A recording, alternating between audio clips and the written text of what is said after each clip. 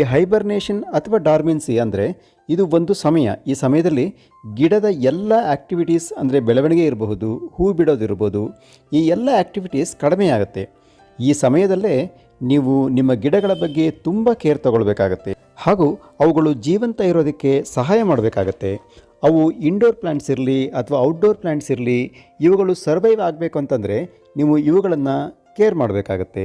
Outdoor plants ಈ ಕಾಲದಲ್ಲಿ ಹೆಚ್ಚು ತೊಂದರೆಗೊಳಗಾಗ್ತವೆ. ಇದು ಅನೇಕ ವಿಷಯಗಳ ಮೇಲೆ ಡಿಪೆಂಡ್ ಆಗಿರುತ್ತೆ.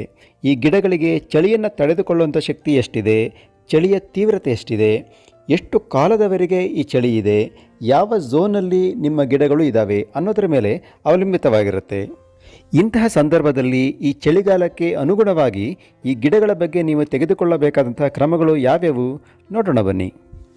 ಈ ಚಳಿಗಾಲಕ್ಕಾಗಿ ಅಂತ ನಾನು 10 ಲೈಫ್ ಸೇವಿಂಗ್ ಟಿಪ್ಸ್ ಆ್ಯಂಡ್ ಟ್ರಿಕ್ಸನ್ನು ಲಿಸ್ಟ್ ಮಾಡಿದ್ದೀನಿ. ಅವು ಯಾವ್ಯಾವು